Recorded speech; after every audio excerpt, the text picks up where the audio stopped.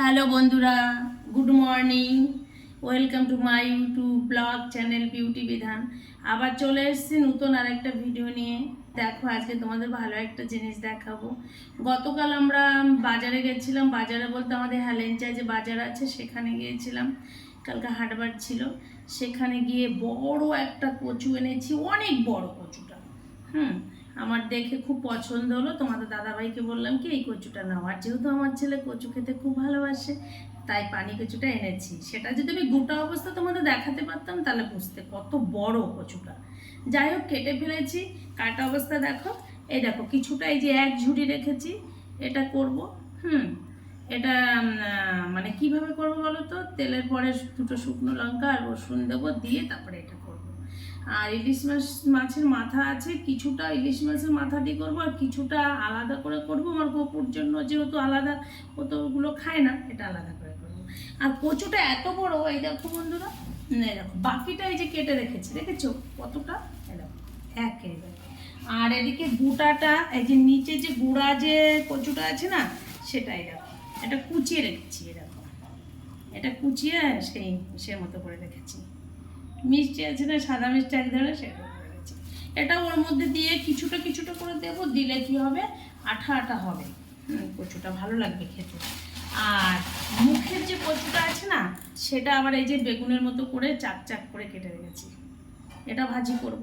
এটা খেতে সব থেকে বেশি ভালো লাগে, তোমরা খেয়ে দেখো। দেখো, একটু ভাপ দিয়ে নিয়ে তারপরে ভাজি করব। ভাপ না দিলেও হয়, তবুও আমি ভাপটা দিয়ে নেবো, ঠিক আছে। আর রান্না করব, এই যে নিরামিষের জন্য কেটে রেখেছি, এই যে বেগুন দিয়ে। এই বেগুনটা এখনো কাটিনি, বেগুনটা কাটবো। বেগুন দিয়ে, আলু দিয়ে, আর পুঁই শাক দিয়ে, কুমড়ো দিয়ে, মিষ্টি আলু দিয়ে, এটা দিয়ে বড়ি দিয়ে নিরামিষ করবো। এটা ঠিক আছে। আর আর করবো কি, এই যে আম, এই যে আমটা চাটনি করবো, ঠিক আছে। যেহেতু আমার ছেলে ভালো খায়, চাটনিটা করব। আর করব, দেখো তাহলে আরেকটা কি করব।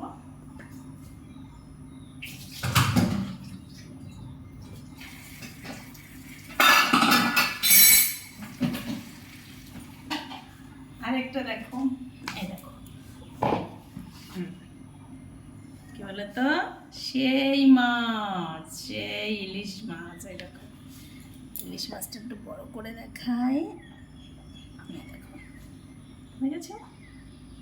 এই মাছটা ওই সর্ষে বাটা করবো, খেতে খুব ভালো লাগবে। আর তোমাদের দাদা ভাই আবার ভেন্ডিটা ভালো খায়।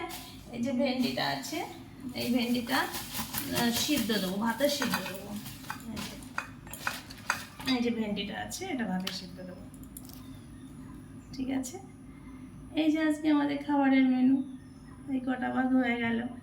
আর জানো তো, কালকে আবার গেছি বাজারে, বললাম যে ঘরে লেবু আছে, তবুও তোমাদের দাদা ভাই আবার কতগুলো লেবু এনেছে। আমরা লেবুটা না খুব ভালো খাই, প্রত্যেক দিন আমরা লেবু খাই, লেবুটা খুব ভালো লাগে, এনেছি। আর সব থেকে ভালো কি বলতো, লঙ্কা আমার ঘরে ছিল, তবুও কালকে লঙ্কা 250 লঙ্কা 10 টাকা বিক্রি হচ্ছে, এই জন্য আবার এই দেখো 250 লঙ্কা এনেছি। কত সুন্দর না বন্ধুরা, দেখো তোমরা যারা বাইরে থাকো, দূরে থাকো, তারা এত সুন্দর লঙ্কা পাবে। দেখো আমার গাছেও এত সুন্দর লঙ্কা হয়, দেখো কত সুন্দর। খুব মজা না লঙ্কাটা। আর হেলেঞ্চা বাজারে কি বলবো তোমাদের, জিনিসপত্র সব কিছু মানে সবজি টবজি দিয়ে সমস্ত কিছু সুন্দর, মানে খুব কম দাম, আর সব টাটকা জিনিস পাওয়া যায়। আর ওখান থেকে আমি পুঁই শাক এনেছি, তার সঙ্গে চিংড়ি মাছও এনেছি, সেটা কালকে করে দেখাবো, সে রেসিপিটা কালকে দেখে নিও।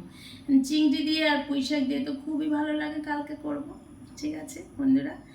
আর বাজারে গেলে কি বলতো, এখানে লোকাল থেকে জিনিসটাও ভালো পাওয়া যায় না, আর দামটাও বেশি নেয়, কিন্তু ওই বাজারে গেলে দামটাও একটু কম আর জিনিসটাও ভালো পাওয়া যায়। তাই আমি তোমাদের দাদাভাইকে বলেছি এবার থেকে সপ্তাহে 2 দিন ওই বাজারে যাবে, গিয়ে ওখান থেকে নিয়ে আসবে। এছাড়াও অনেক কিছু এনেছি।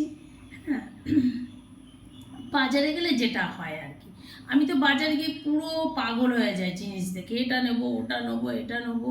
হ্যাঁ, সমস্ত কিছু দেখেই যেন, কিন্তু ব্যাগটা এত ছোট নিয়ে গেছি যে ব্যাগে ধরছে না, কি করব।